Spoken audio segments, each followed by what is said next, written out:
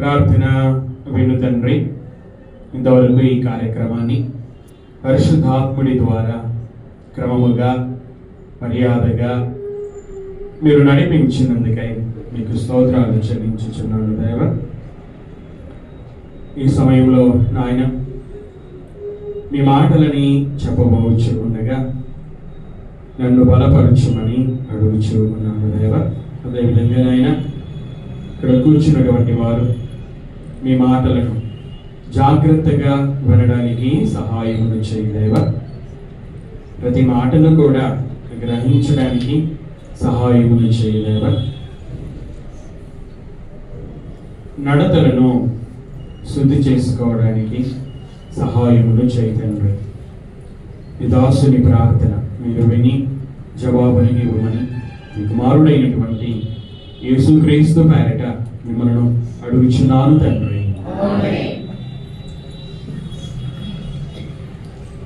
సమయంలో దేవుని గ్రంథంలో నుండి యూదా వ్రాసినటువంటి పత్రిక ప్రకటన గ్రంథమునకు ముందు ఉన్నటువంటి పుస్తకం యూదా వ్రాసినటువంటి పత్రిక 3వ వచనాన్ని మనము చదువుకుందాం.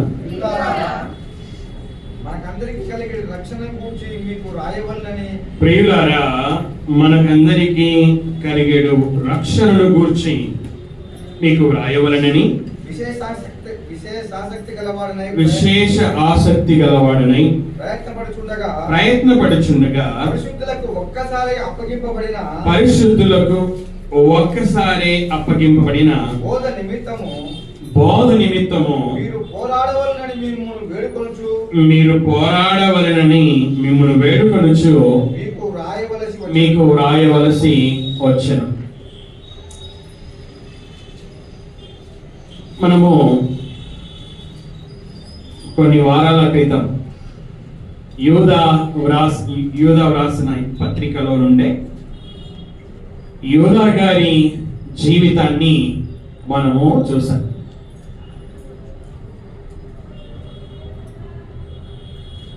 మనం చదువుకున్నటువంటి 3వ వచనాన్ని వివరించడానికి మునుపుగా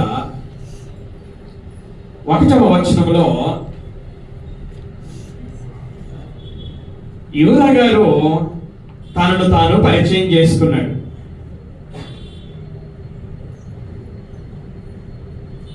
నా పేరు మోహన్ బాబు, నేను ఆంధ్ర రాష్ట్రానికి చెందినటువంటి వాడును, నాకు వివాహం అయింది, 3 పిల్లలు ఉన్నారు. ఇది నా గురించి నేను చేసుకున్నటువంటి పరిచయం. అలాగే యూదా గారు తన గురించి తాను పరిచయం చేసుకున్నాడు. అదే వచనంలో ఈ పత్రికని ఎవరికైతే వ్రాసాడో వారిని పరిచయం చేశాడు. 2వ వచనంలో శుభములు తెలియజేశాడు. అదే 2వ వచనంలో మీకు కనికరమును సమాధానమును ప్రేమయు విస్తరించునుగాక అని వారి క్షేమమును కోరుకున్నాడు. 3వ వచనంలో దయచేసి బైబిల్స్ చూద్దామన్నా, బైబిల్స్ చూద్దాం. 3వ వచనంలో పత్రికని ఎందుకు వ్రాయవలసి వచ్చిందో తెలియజేశాడు.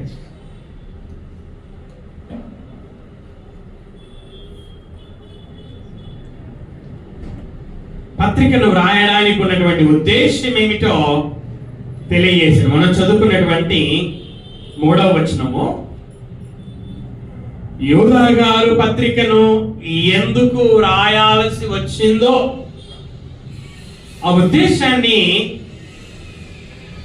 ఆ వచనములో స్పష్టముగా తెలియజేశాడు. 4వ వచనంలో 3వ వచనాన్ని మనము వివరించుకున్న తర్వాత 4వ వచనాన్ని మనం చూద్దాం. 3వ వచనం నేను మీ కొరకు చదివి వినిపిస్తాను. ప్రియులారా, మనకందరికీ కలిగేలో రక్షణను గూర్చి మీకు వ్రాయవలనని విశేష ఆసక్తి గలవాడనై. యూదా గారు రక్షణను గురించి వ్రాయాలని విశేష ఆసక్తి కలిగి ఉన్నాడు. అయితే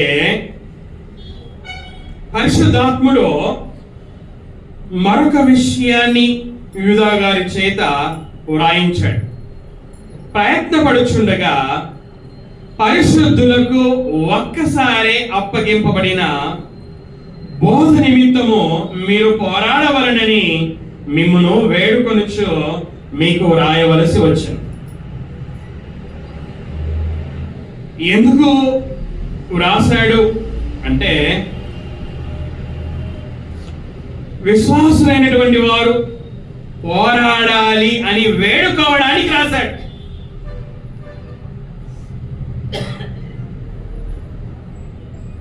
రక్షణ గురించి వ్రాయాలని విశేష ఆసక్తి కలిగి ఉన్నాడు.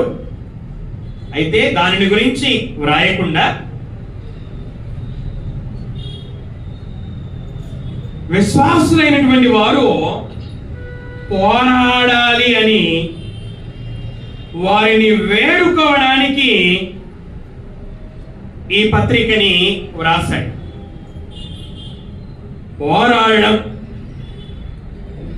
పౌలు గారు తిమోతికి రాస్తూ, తిమోతికి రాసినటువంటి మొదటి పత్రిక 6వ అధ్యాయము 12వ వచనములో పౌలు గారు తిమోతికి రాసినటువంటి మొదటి పత్రిక 6వ అధ్యాయము 12వ వచనంలో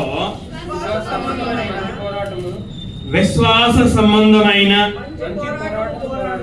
మంచి పోరాటము పోరాడము. విశ్వాస సంబంధం, ఇక్కడ కూడా పోరాడము. పౌలు గారు తిమోతికి వ్రాస్తూ ఏమని రాశాడు? తిమోతి, నువ్వు పోరాటం చేయాలి. ఇంతకు ఏ పోరాటం ఇది? విశ్వాస సంబంధమైనటువంటి మంచి పోరాటం. పౌలు గారు తనను గురించి తాను రాసుకుంటూ తిమోతికి వ్రాసినటువంటి 2వ పత్రిక 4వ అధ్యాయము 7వ వచనములో ఏమని రాశాడో మనం చదువుకుందాం. మంచి పోరాటము పోరాడి తిని నా పరుగు కడముట్టించి తిని విశ్వాసము కాపాడుకొంటిని. పౌలు తనను గురించి తాను రాసుకున్నాడు. ఏమని రాసుకున్నాడు? పోరాడి తిని.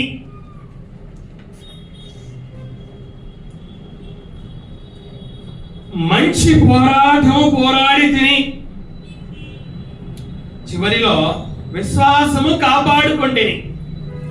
అంటే ఈ పోరాటము దేనిని గురించి అంటే, పౌలు తిమోతికి చెప్పినటువంటి పోరాటము విశ్వాస సంబంధమైన పోరాటం. పౌలు తనను గురించి తాను చెప్పుకున్న పోరాటము ఇది కూడా విశ్వాస సంబంధమైనటువంటి పోరాటమే. అలాగే యూదా గారు రాసినటువంటి పత్రికలో యూదా గారు విశ్వాసులను వేడుకున్నాడు. ఏమని వేడుకున్నాడంటే, విశ్వాసులారా మీరు పోరాడాలి అని వేడుకున్నాడు. ఈ పోరాటము దేనికి సంబంధించిందంటే, ఈ పోరాటం కూడా విశ్వాస సంబంధమైనటువంటి పోరాటమే. పరిశుద్ధులకు ఒక్కసారి అప్పగింపబడిన బోధ నిమిత్తము మీరు పోరాడవలెను. బోధ అంటే విశ్వాసం. ఇంగ్లీష్ లో చదివితే, గ్రీకు భాషలో చదివితే విశ్వాసము అని మనకు అర్థమవుతుంది. విశ్వాసులకి ఒక్కసారే అప్పగింపబడినటువంటి విశ్వాసము నిమిత్తము పోరాడాలని వేడుకొనుచు వారికి వ్రాయవలసి వచ్చింది. విశ్వాసులకు అప్పగింపబడింది. ఎన్నిసార్లు అప్పగింపబడిందంట?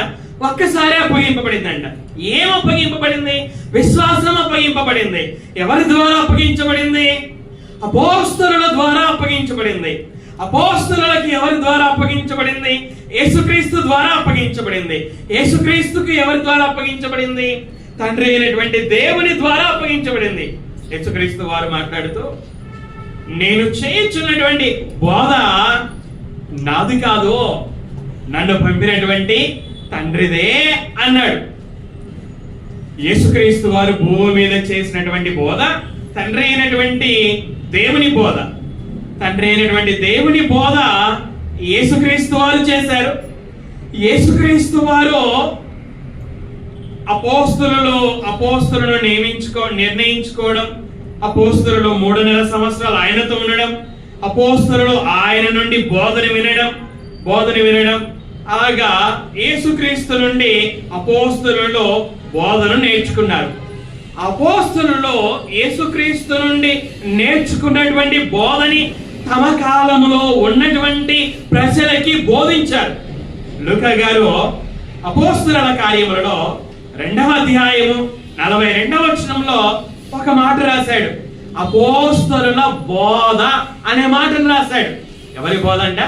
అపోస్తలుల బోధ. అపోస్తలులు ఏం చేశారు? వారి కాలములో ఉన్నటువంటి ప్రజలకి బోధించారు. వారు అపోస్తలులు చనిపోకమునుపో ఆ బోధని, యేసుక్రీస్తు ద్వారా విన్నటువంటి బోధని ఈ క్రొత్త నిబంధనలో ఉన్నటువంటి పుస్తకాలలో వ్రాసారు. మత్తయి గారు అపోస్తలుడు కదా, యోహాను గారు అపోస్తలుడు. యోహాను గారి 5 పుస్తకాలు రాశాడు. ఇలాగ పేతురు గారు 2 పుస్తకాలు రాశారు. ఇలాగ అపోస్తలులు మరియు వారి శిష్యులు ఆ బోధని, యేసుక్రీస్తు ద్వారా వినినటువంటి బోధని పుస్తకాల రూపంలో వ్రాసారు. ఇప్పుడంటే పుస్తకాల రూపంలో ఉంది, కానీ యూదా గారి కాలములో అపోస్తలుల బోధ మరి వారు బోధించినప్పుడు ఎవరైతే విన్నారో వారు ఇతరులకు బోధించేవారు. ఆ విధంగా బోధ ఒకరి నుండి మరొకరికి నోటి మాట ద్వారా చేరింది. విశ్వాసము, క్రైస్తవ విశ్వాసము అపోస్తలుల ద్వారా విశ్వాసులకి బోధ రూపములో అప్పగించబడింది. మరలా జ్ఞాపకం చేస్తున్నాను. అపోస్తలులు బోధించడం ద్వారా వారి బోధ విశ్వాసులకి ఆ నోటి బోధ ద్వారా అప్పగించబడింది. ఇప్పుడు యూదా గారు రాస్తున్నారు, విశ్వాసులారా, పరిశుద్ధులైనటువంటి మీకు ఒక్కసారి అప్పగింపబడినటువంటి బోధ నిమిత్తము మీరు పోరాడండి అని వారిని వేడుకొనుచు వారికి వ్రాయవలసి వచ్చింది. 4వ వచనాన్ని మనం చదువుకుంటే, ఎందుకు విశ్వాసము నిమిత్తమై ఎందుకు విశ్వాసులు పోరాడాలో తెలియజేశాడు. జాగ్రత్తగా వినండి. 3వ వచనంలో పత్రికను ఎందుకు రాయాల్సి వచ్చిందో తెలియజేశాడు. 4వ వచనంలో పత్రికను ఎందుకు రాయాల్సి వచ్చిందో తెలియజేశారు కదా. ఎందుకు రాయాల్సి వచ్చిందని తెలియజేశాడు. విశ్వాసం నిమిత్తము పోరాటము చేయండి అని వేడుకోవడానికి రాయాల్సి వచ్చింది. 4వ వచనంలో విశ్వాసం నిమిత్తమై ఎందుకు పోరాడాల్సి వచ్చిందో, మరి ఎందుకు పోరాడాలని తాను వేడుకొని వ్రాయాల్సి వచ్చిందో తెలియజేస్తున్నాడు. 4వ వచనం చదువుకుందాం చూడండి. 4వ వచనం, ఏలైనగా కొందరు రహస్యముగా చొరబడి ఉన్నారు, వారు భక్తిహీనులై మన దేవుని కృపను కామాతురత్వమునకు దుర్వినియోగపరచుచు మన అద్వితీయ నాథుడును ప్రభువునైన యేసుక్రీస్తును విసర్జించుచున్నారు. ఈ తీర్పు పొందుటకు వారు పూర్వమందే సూచింపబడినటువంటి వారు. విశ్వాసులైనటువంటి వారు వారికి అప్పగింపబడిన విశ్వాసం నిమిత్తమై ఎందుకు పోరాడాలి అంటే కొందరు రహస్యంగా జొరబడి ఉన్నారు. ఎక్కడ జొరబడ్డారు? సంఘములో జొరబడ్డారు. ఎలా జొరబడ్డారట? రహస్యంగా జొరబడ్డారట. ఎందుకు జొరబడ్డారు? వంకర మాటలు చెప్పడానికి, శిష్యులను తమ వెంట ఈడ్చుకొని పోవడానికి, నాశనకరమగు భిన్న అభిప్రాయాలు సంఘానికి బోధించడానికి. చూడండి, పేతురు రాసినటువంటి 2వ పత్రిక 2వ అధ్యాయము 1వ వచనాన్ని మనం చదువుకుందాం. మరియు అబద్ధ ప్రవక్తలు ప్రజలలో ఉండిరి, అటువలనే మీలోనూ అబద్ధ బోధకులందరూ వీరు తమ్మును కొనిన ప్రభువును కూడా విసర్జించుచు తమకు తానే శీఘ్రముగా నాశనము కలగజేసుకొనొచ్చు నాశనకరమగు భిన్నాభిప్రాయములను రహస్యముగా బోధించుదురు. చాలండి. నాశనకరమగు భిన్నాభిప్రాయములను రహస్యముగా బోధించుదురు. సంఘానికి అబద్ధ బోధకుల వలన ప్రమాదము ఏర్పడిన ఆ సందర్భములో విశ్వాసులైనటువంటి వారు ఒక్కసారి వారికి అప్పగింపబడిన విశ్వాసము నిమిత్తమై ఆత్మ సంబంధమైనటువంటి పోరాటము చేయాలి అని వారిని వేడుకొనొచ్చు వ్రాయవలసి వచ్చింది. యూదా గారు 4వ వచనం. ఇది సందర్భం, ఇది పుస్తక సందర్భం, ఈ పత్రిక వ్రాయడానికి ఉన్నటువంటి సందర్భం. దీన్ని మీరు మనసులో పెట్టుకోవాలి. సంఘానికి అబద్ధ బోధకుల వలన ప్రమాదము వచ్చినటువంటి సందర్భములో ఆ అబద్ధ బోధకుల భ్రమలో పడకుండా విశ్వాసులు వారిని వారు కాపాడుకోవాలని, అందుకోసం వారు ఆత్మ సంబంధమైనటువంటి పోరాటము చేయాలి అని వారిని వేడుకొనొచ్చు రాయాల్సి వచ్చింది. అలాగే రాస్తూ అదే పత్రికలో 4వ వచనంలో ఆ అబద్ధ బోధకుల గురించి ఏమని రాశాడంటే, ఈ తీర్పు పొందుటకు వారు పూర్వమందే సూచింపబడిన వారు అనే పదము దగ్గర 2 అనే సంఖ్య ఉంది. మనం క్రింద మూల భాషలో చూస్తే వ్రాయబడిన వారు అని ఉంది. అంటే దాని అర్థం ఏంటంటే, భక్తిహీనులైనటువంటి వారిని దేవుడు తీర్పు తీరుస్తాడని పాత నిబంధనలో ఉన్నటువంటి పుస్తకాలలోనే దేవుడు తన ప్రజలకి తెలియజేశాడు. అబద్ధ బోధకులని దేవుడు తీర్పు తీరుస్తాడు అని దేవుడు ఈ పత్రికకు ముందే అనేకుల చేత వ్రాయించాడు. అదే విషయాన్ని యూదా గారు ఇక్కడ తెలియజేస్తూ ఉంటున్నారు.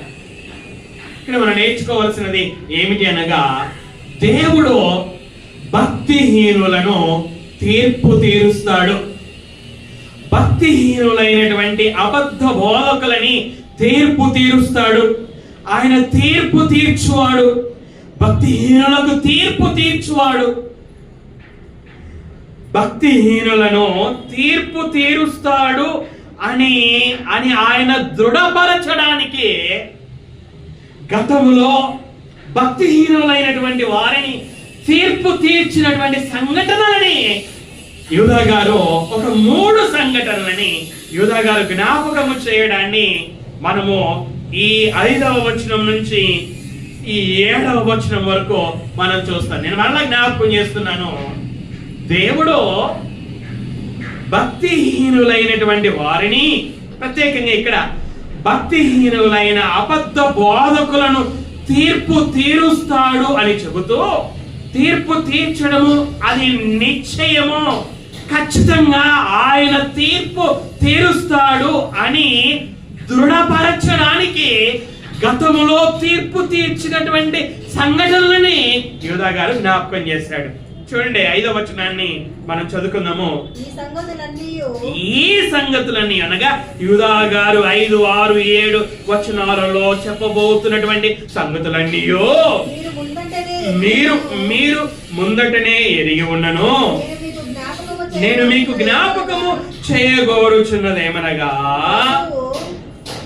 ఈ పత్రికని ఎవరికైతే రాస్తాను, ఇక్కడ అందరూ మీరు వినాలి, ఈ పత్రికను ఎవరికైతే రాస్తున్నాడో ఆ పత్రిక చదువరులకి యూదా గారు చెప్పబోయే సంగతులన్నీ కూడా వారికి తెలుసు. అయితే తెలిసిన సంగతులనే యూదా గారు ఏం చేస్తున్నారు? జ్ఞాపకము చేస్తూ ఉన్నాడు. జ్ఞాపకము చేసే పరిచర్యని చేస్తా ఉన్నాడు. ఏమని జ్ఞాపకం చేస్తున్నాడు?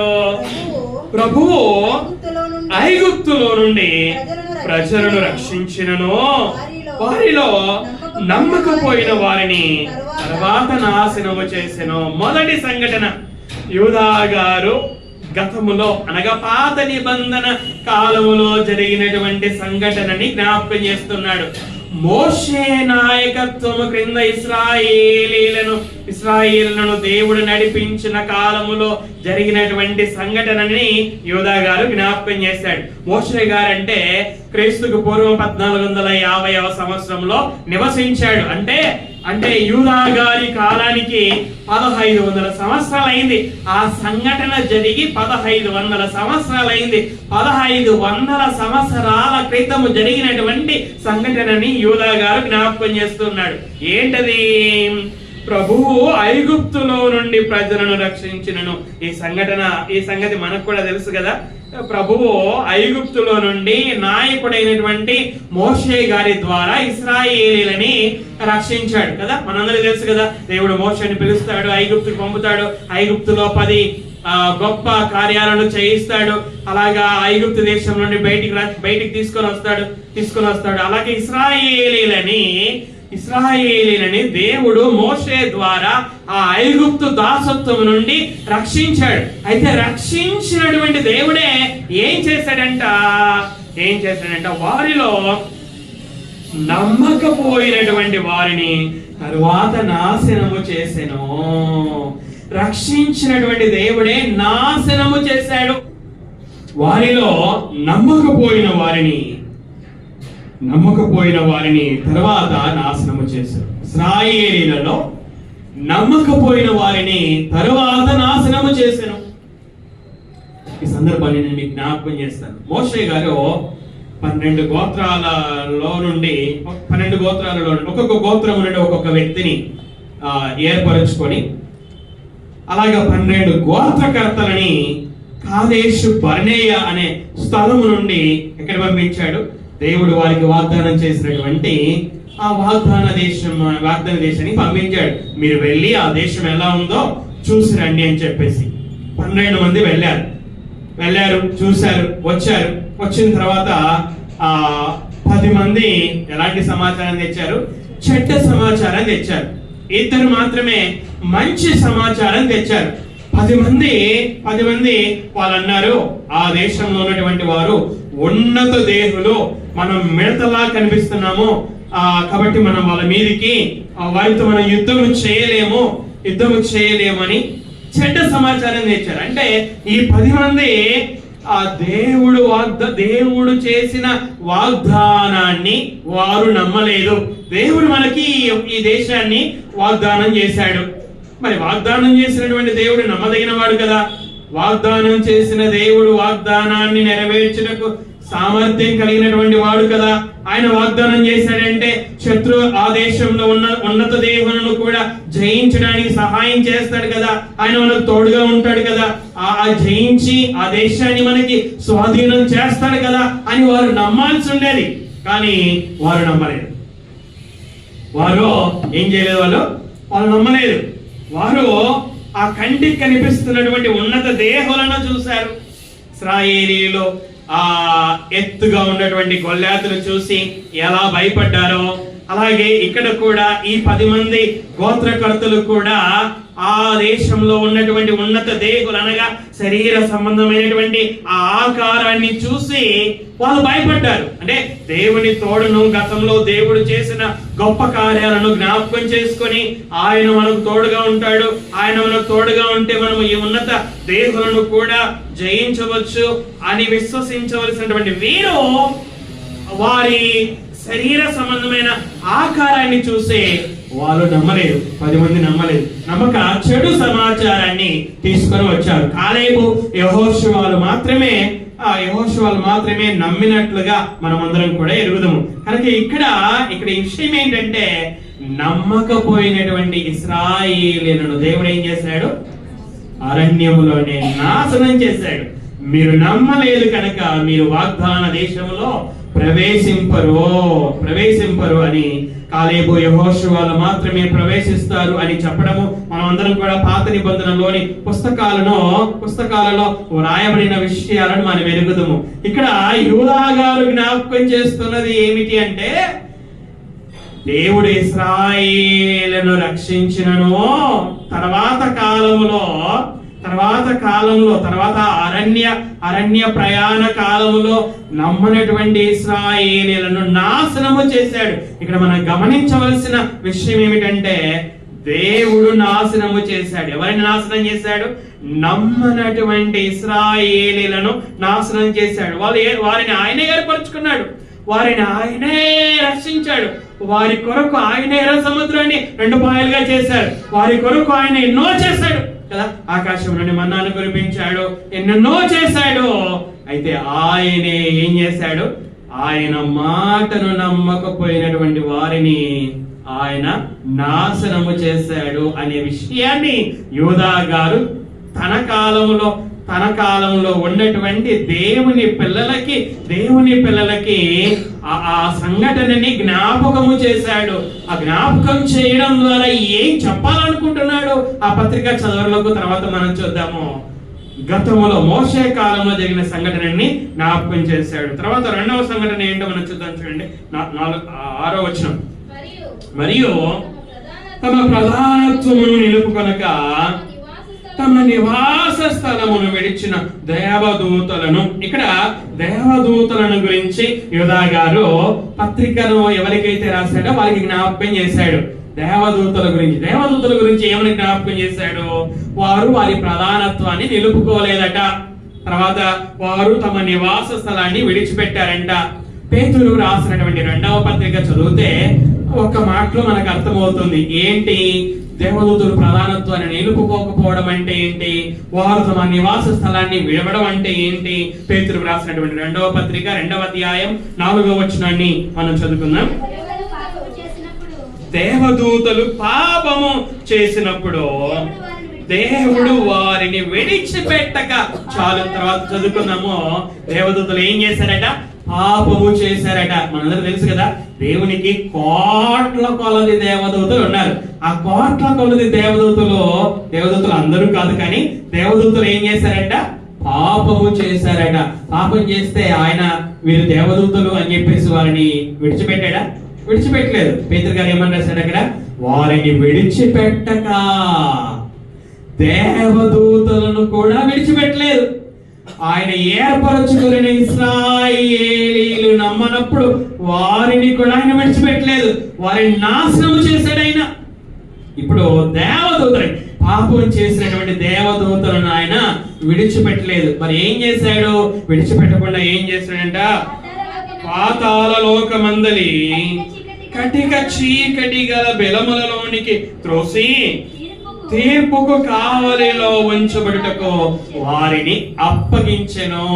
అంతవరకు ఆ మహాదినమున జరుగు తీర్పు వరకు ఆయన వారిని బంధించి భద్రం చేశాడు. భద్రము చేశాడు. ఒక ఫ్రిడ్జ్ కూరగాయలను ఏ విధంగా భద్రపరుస్తుందో అలాగే దేవుడు దేవదూతలని బంధించి పాపము చేసిన దినం మొదలుకొని ఇప్పటి వరకు ఆయన భద్రము చేశాడు. ఇక్కడ నేర్చుకోవాల్సిన, అసలు యూదా జ్ఞాపకం చేయించినటువంటి విషయం ఏమిటంటే, దేవదూతలు పాపము చేసిన ఆయన వారిని విడిచిపెట్టలేదు. మొదటిది ఇశ్రాయేలులను రక్షించిన నమ్మనటువంటి వారిని ఆయన నాశనం చేశాడని జ్ఞాపకం చేశాడు. రెండవది దేవదూతలు పాపం చేసిన వారిని విడిచిపెట్టక బంధించి భద్రము చేశాడని జ్ఞాపకం చేస్తున్నాడు. మూడవ సంఘటన ఈ దేని గురించో మనం 7వ వచనాన్ని మనం చదువుకుందాం. ఆ ప్రకారముగానే సొదొమ గొమొర్రాలను వాటి చుట్టుపట్లనున్న పట్టణములను వీరి వలనే వ్యభిచారము చేయించు పర శరీరానుసారులైనందున నిత్యాగ్ని దండన అనుభవించుచు దృష్టాంతములుగా ఉంచబడిను. చాలు, ఇక్కడ మనకు అర్థమైంది కదా. ఇక్కడ ఎవరి గురించి యూదా గారు జ్ఞాపకం చేశారు? సొదొమ గొమొర్రా పట్టణస్థులు, వారి చుట్టుపక్కల చేస్తా ఉన్నాడు. సొదొమ గొమొర్రా పట్టణస్థుల గురించి మనందరికీ తెలుసు కదా. ఆది కాండములో మోషే గారు వారి గురించి ఏమని రాశాడు? సొదొమ మనుషులు దుష్టులను బహు పాపులునై ఉన్నారు అని రాయడాన్ని మనం చూస్తాం. వారి మొర బహు గొప్పది అని కూడా వ్రాయబడాన్ని మనం చూస్తాం కదా. దేవుడు వారు బహు పాపులు అనడానికి ఒక ఉదాహరణ మనము ఆది కాండము 19వ అధ్యాయంలో నేను మీకు జ్ఞాపకం చేస్తాను. ఆ లోతు ఇంటికి దేవదూతలు వచ్చారు కదా. లోతు ఇంటికి దేవదూతలు వచ్చినప్పుడు ఆ యొక్క ఎవరెవరు వచ్చారంట? ఆ పట్టణస్థులు ఆ లోతు ఇంటికి వచ్చారు. లోతు ఇంటికి వచ్చి, లోతు మీ ఇంటికి వచ్చారు కదా, వారిని బయటికి పంపించు, వారితో మేము తప్పు పని చేయాలి అని అడగడాన్ని మనమందరం కూడా ఎరుగుదము. అయితే ఆ చెడ్డ పని చేయడానికి ఎవరెవరు వచ్చారంట? సొదొమ మనుషులు, బాలురును, వృద్ధులను, ప్రజలందరూ మన చదివించే ప్రజలందరూ నలుదిక్కుల నుండి కూడి వచ్చి ఆ ఇల్లు చుట్టూ వేసి లోతుని పిలిచి, ఈ రాత్రి నీ వద్దకు వచ్చిన మనుషులు ఎక్కడా? మేము వారిని కూడినట్లు మా యొద్దకు వారిని వెలుపలికి తీసుకొని రమ్మని అతనితో చెప్పగా, ఇక్కడ ఒక చెడ్డ పని చేయడానికి ఎవరెవరు వచ్చారట? బాలురు వచ్చారట. ఎవరు వచ్చారట?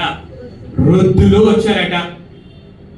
బాలురు, వృద్ధులు అంటే బాలురు ప్రత్యేకంగా గమనించవలసిన మాట. బాలురు బాల్య వయసులో ఉన్నటువంటి వారు. వృద్ధులు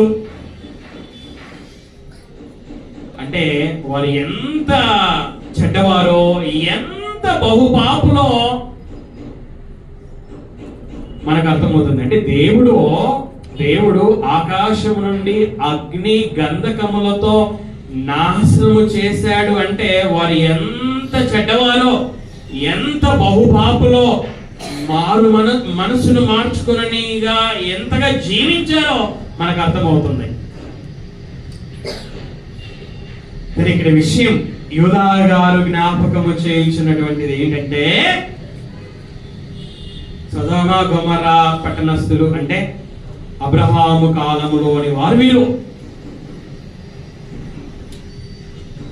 అంటే మోషే కాలం కన్నా ముందు జరిగినటువంటి సంఘటన ఇది. మోషే కాలం మనం కౌంట్ చేస్తే యూదా గారు రాసేసరికి 1500 సంవత్సరాలు.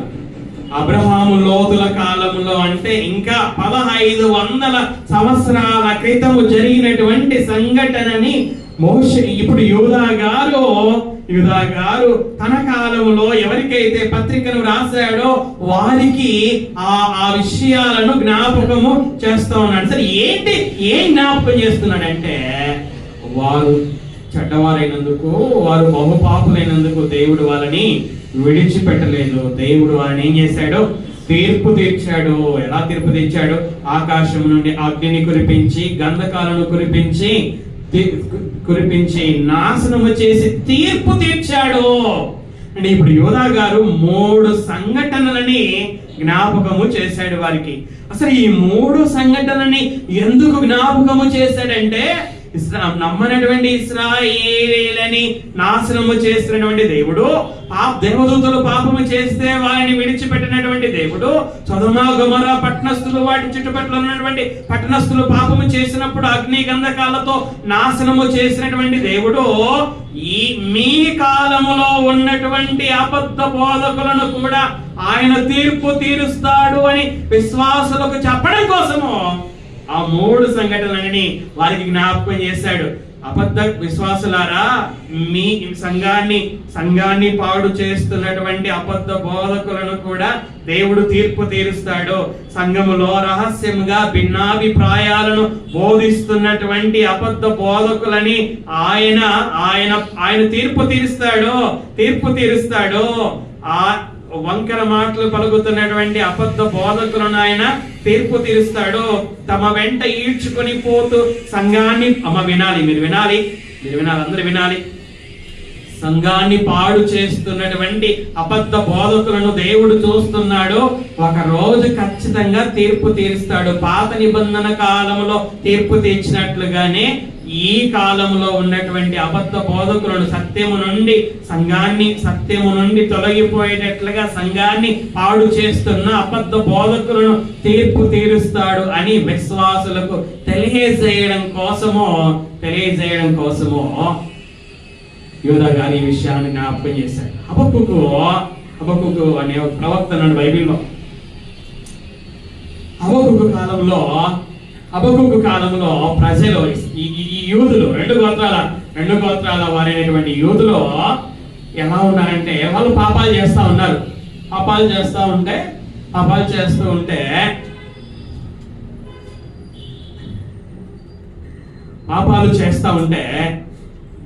హబక్కుకి అర్థం కాలేదు. దగ్గర పెట్టుకోండి.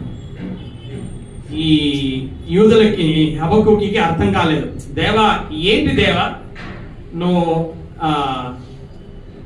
వీళ్ళు పాపం చేస్తా ఉంటే నువ్వు శిక్షించకుండా ఎందుకు నువ్వు మౌనంగా ఉన్నావు అని హబక్కుకి అర్థం కాక ప్రార్థన చేస్తాడు, దేవుడికి ప్రార్థన చేస్తాడు. అప్పుడు దేవుడు చెప్పాడు, హబక్కుకు, ఇదిగో యూదులని నేను బబులోను ప్రజల ద్వారా శిక్షించబోచున్నాను అన్నాడు. అది హబక్కుకు విన్నాడు. వినేసరికి హబక్కుకి దేవుడు చెప్పింది విని ఆయనకు మళ్ళా సమాధానం లేకుండా పోయింది.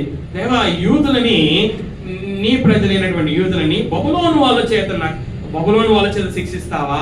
బబులోను ప్రజలు ఈ యూదుల కన్నా చెడ్డవారు కదా, కాబట్టి యూదుల కన్నా చెడ్డవారైన బబులోను వారి ద్వారా యూదులను శిక్షించడం ఏంటి అని ఆయనకు అర్థం కాక మళ్ళా ప్రార్థన చేశాడు.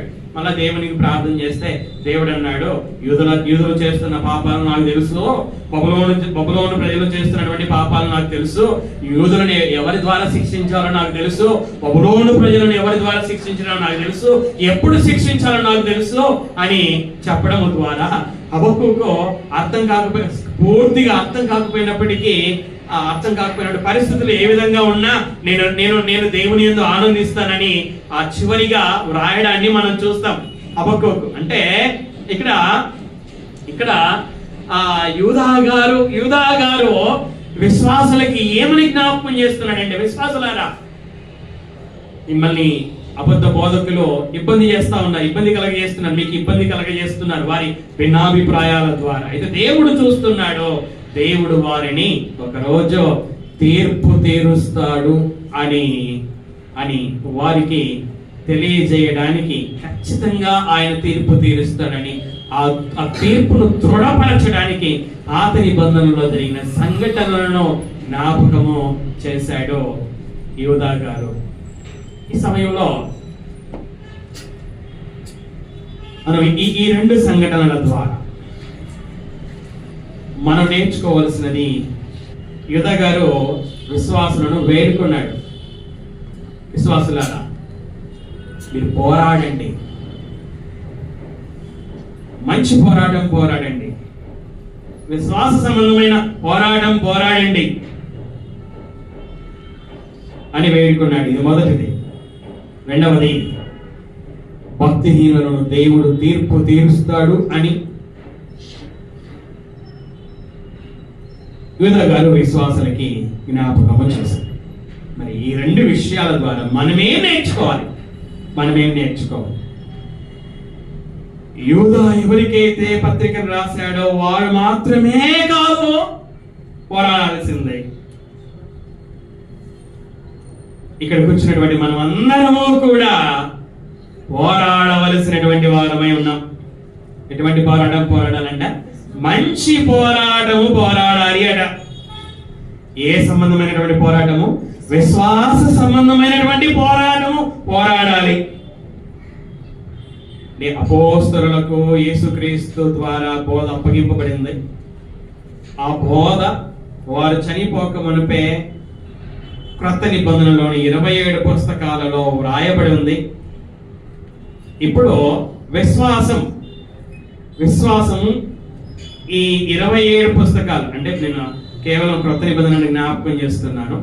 సరే, విశ్వాసము ఈ 66 పుస్తకాల ద్వారా మనకు అప్పగించబడింది.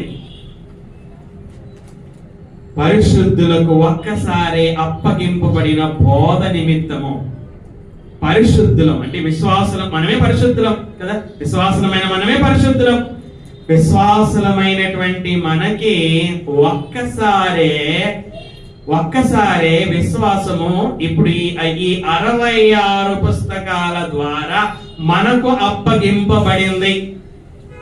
ఇప్పుడు మనం ఏం చేయాలి అంటే, ఒక్కసారి అప్పగింపబడినటువంటి విశ్వాసము నిమిత్తమై పోరాడవలసినటువంటి వారమై ఉన్నాం.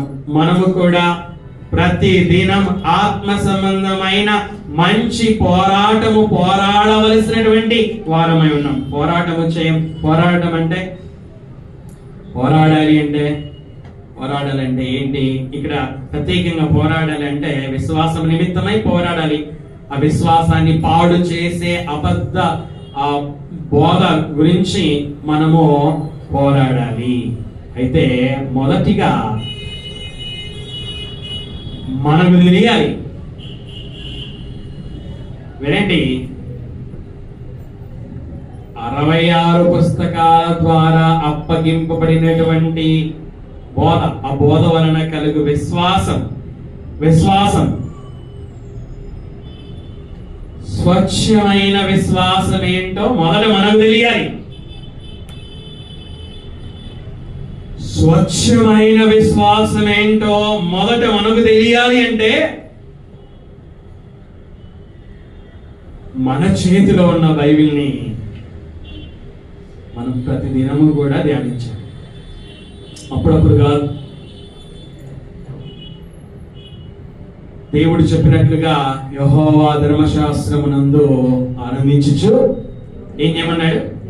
దివారాత్రము దానిని ధ్యానించాలి అన్నాడు. యెహోవా గ్రంథమును ఎలా చదవమన్నాడు? పరిశీలించి చదువుకొనుడి. బెరయాలో ఉన్నటువంటి వారిని గురించి చెప్పబడిన మాట ఏంటంటే, ఆ బెరయాలో ఉన్నటువంటి వారు తెస్సలోనికలో ఉన్నటువంటి వారి కంటే గనులు. వారు ఆసక్తితో వాక్యమును విని పౌలు శీలా చెప్పినటువంటి సంగతులు అలాగున ఉన్నాయా లేవా అని ప్రతి దినమును లేఖనములో పరిశోధించుచు వచ్చిరి. ప్రతి దినము లేఖనములు పరిశోధించుచు వచ్చిరి. ప్రతి దినం ఈ సమయంలో పోరాడము అంటే విశ్వాసము నిమిత్తమై, మనకు అప్పగింపబడిన విశ్వాసము నిమిత్తమై పోరాడాలి అంటే మన చేతిలో ఉన్నటువంటి 66 పుస్తకాలను ప్రతి దినము కూడా పరిశోధనతో చదవడం. బైబిల్ ఇంట్లో ఉండడం మంచిది, కానీ చదవకపోతే ఏం ప్రయోజనం లేదు. ఎన్ని వేల రూపాయల బైబిల్ ఉన్నా ఏం ప్రయోజనం లేదు. ఇక్కడ పోరాడాలి అంటే మన చేతిలో ఉన్నటువంటి 66 పుస్తకాలను దేవుడు చెప్పినట్లుగా దివారాత్రము ప్రతి దినము కూడా పరిశోధిస్తే అప్పుడు మనకు అర్థమవుతుంది ఏంటి విశ్వాసము, క్రైస్తవ జీవిత విశ్వాసం ఏంటి. హితబోధ అంటే ఆరోగ్యకరమైనటువంటి బోధ ఏంటో మనకు అర్థమవుతుంది. ఆరోగ్యకరమైనటువంటి బోధ అర్థమైనప్పుడే వినాలి. ఆరోగ్యకరమైన బోధ అర్థమైనప్పుడే ఆరోగ్యకరము కానటువంటి బోధ ఏమిటో మనం గుర్తించగలం. ఆరోగ్యకరము కాని బోధను తిరస్కరించాలి అంటే ఆరోగ్యకరం కాని బోధ ఏదో మనకు తెలియాలి. అర్థమవుతుంది కదా? ఆరోగ్యకరము కాని బోధ ఏదో మనకు తెలియాలి. ఆరోగ్యకరము కాని బోధ ఏదో తెలియాలి అంటే ఆరోగ్యకరమైన బోధ ఏంటో తెలియాలి. కల్తీ పాలు అని ఎప్పుడు గుర్తుపెట్టగలం? కల్తీ పాలు అని ఎప్పుడు గుర్తుపెట్టగలము అన్నా? థర్మోమీటర్ వేస్తే తెలుస్తుంది. ఓకే, కల్తీ పాలు అని ఎప్పుడు గుర్తుపెట్టగలమంటే స్వచ్ఛమైన పాలు ఏమిటో మనకు తెలిస్తే, స్వచ్ఛమైన పాలు ఏమిటో మనకు తెలిస్తే కల్తీ పాలని సులువుగా గుర్తించడానికి వీలుంటుంది. అప్పుడు ఇవి కల్తీ పాలని పడేయడానికి వీలుంటుంది. కానీ స్వచ్ఛమైన పాలు ఏవో కల్తీ పాలు ఏవో తేడా తెలియకపోతే అలాగే వాటిని ఉపయోగిస్తే శరీర సంబంధంగా అనారోగ్యానికి గురి అవుతాం. అలాగే ఇది ఎంత వాస్తవమో కల్తీ విత్తనాలు, కల్తీ నెయ్యి, కల్తీ పాలు, కల్తీ పెరుగు, కల్తీ భోజనము కదా. రెస్టారెంట్లలో ఇదే న్యూస్ అంతా కదా.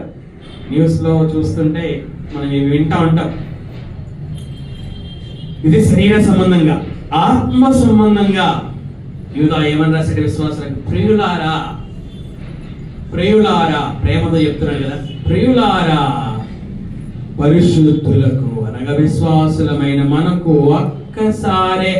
ఒక్కసారే అప్పగింపబడిన బోధ నిమిత్తము, ఆ బోధ వలన కలుగు విశ్వాసము నిమిత్తము పోరాడవలెనని మిమ్మల్ని వేడుకొనుచు మీకు వ్రాయవలసి వచ్చెను. కాబట్టి ఇది తప్పు బోధ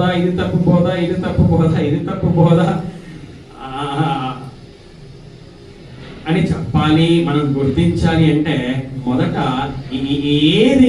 ఏది కరెక్ట్ బోధనో మనకు తెలియాలి. ఏది కరెక్ట్ బోధనో తెలియాలి అంటే మనం ఏం చేయాలి? బైబిల్ని చదవాలి. ఎప్పుడెప్పుడు చదవాలి? చెప్పాలి, అందరూ చెప్పాలి. ఎప్పుడెప్పుడు చదవాలి?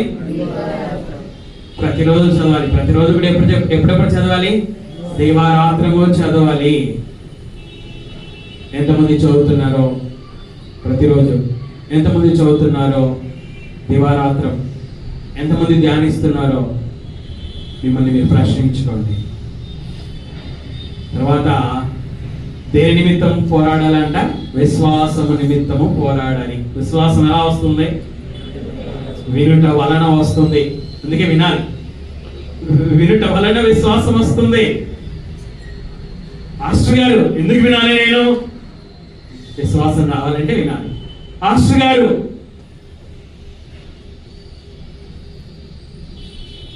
ఎప్పటి నుంచి వినాలి? నేను వర్తమాన ప్రారంభము నుండే వినాలి.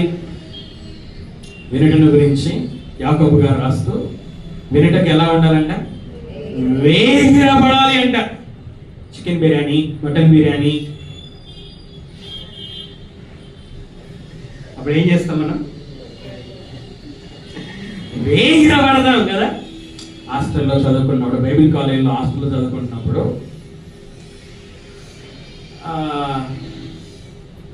లైన్లో నిలబడాలి. ఏదైనా స్పెషల్ అనుకోండి, చికెన్ బిర్యానీ, మటన్ బిర్యానీ అనుకోండి, ఇంకా ఒకరినొకరు తోసుకుంటూ వెళ్ళేవాళ్ళు. వేగిరపడడం కదా. ఇక్కడ దేనికి వేగిరపడాలంట? వినుటకు వేగిరపడాలి. ఏం వినడానికి? సీరియల్ వినడానికి కాదు, సినిమాలు వినడానికి కాదు. మన ఇల్లు సీరియల్ పెట్టి అందరిని ఆహ్వానించొద్దండి. మన ఇంట్లోకి అందరూ వచ్చి సీరియల్ చూసినట్లుగా మన ఇంటిని మనం పెట్టుకోకూడదు. మన ఇంటికి వచ్చి వాక్యం వినేటట్లుగా మన ఇంట్లో వాక్యం పెట్టండి. సీరియల్స్ పెట్టుకొని అందరూ అక్కడ గుంపు కూర్చొని, ఇరుగు పొరుగు వారు వచ్చి గుంపు కూర్చొని, ఆ పరిస్థితి మన ఇళ్లలో ఉండకూడదు.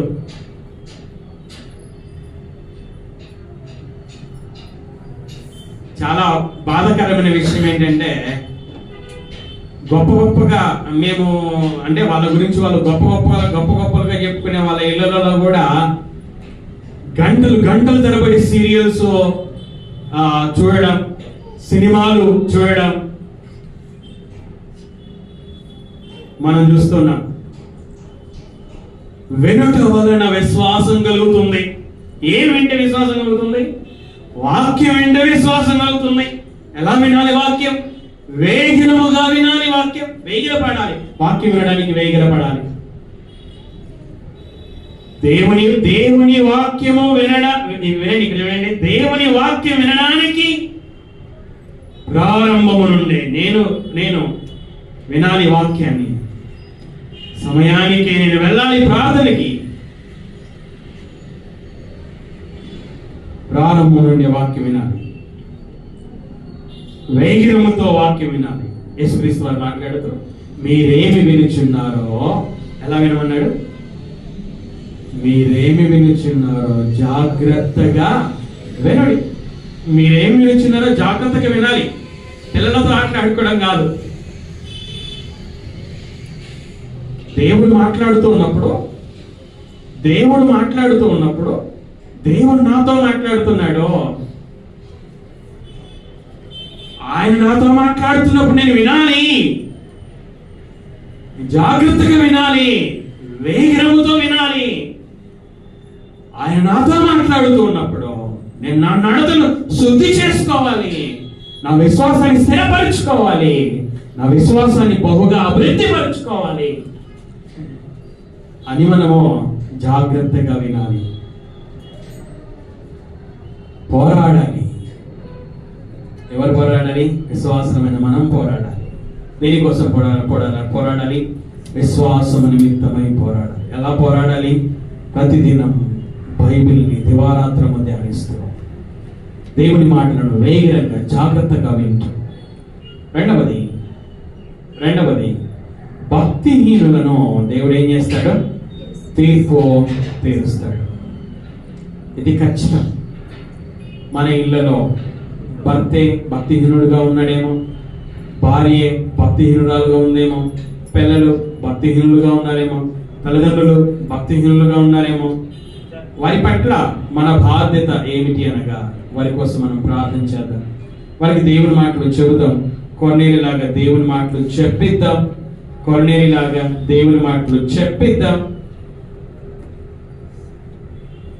వారి రక్షణ కొరకు మనము చేయవలసినవి చేద్దాం. భక్తిహీనులు ఆ తీర్పుకు గురి కాకుండా, అంటే దేవుడు మరణం వరకు అవకాశం ఇస్తాడు కనుక వారి ప్రవర్తనను దిద్దుకోవడానికి మనము చేయవలసినవి మనము చేద్దాం. ఈ రెండు పాఠాలు, ఈ ఉదయకాలపు వేళ 2 పాఠాలు. ఒకటి, మనం పోరాడాలి మన విశ్వాసం నిమిత్తమై. రెండవది, భక్తిహీనులు భక్తి పరులుగా మారడానికి మనము చేయవలసినవి మనము చేద్దాం. దేవుడు ఆ విధంగా జీవించుటకు సహాయం చేయనుగాక. ప్రార్థన చేసుకుందాం. తల ఉంచుకుందాం. అందరూ మోకరిద్దాం. తలలో ఉంచుకుందాం. కన్నులు మూసుకుందాం.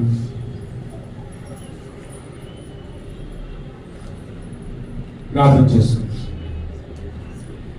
ప్రార్థన విను దేవ. సమయంలో ఆయన ఇంతవరకు మీ మాటలు చెప్పడానికి మీరు సహాయమును చేసినందుకై స్తోత్రాలు చెల్లించుచున్నాను దేవ. చెప్పినటువంటి నేను నన్ను గురించి, నా బోధన గురించి జాగ్రత్త తీసుకోవడానికి సహాయమును చేయదేవ. అలాగేనైనా వినినటువంటి వారు ఆ మాటలను హృదయంలో భద్రం చేసుకొని ఆ మాటల ప్రకారంగా ప్రవర్తించుటకు సహాయమును చేయదేవ. ముందున్న కార్యక్రమాన్ని కూడా పరిశుద్ధాత్ముడి ద్వారా నడిపించిన కుమారుడైన యేసుక్రీస్తు పేరట మనం అడుగుచున్నాను తండ్రి. ఆమేన్.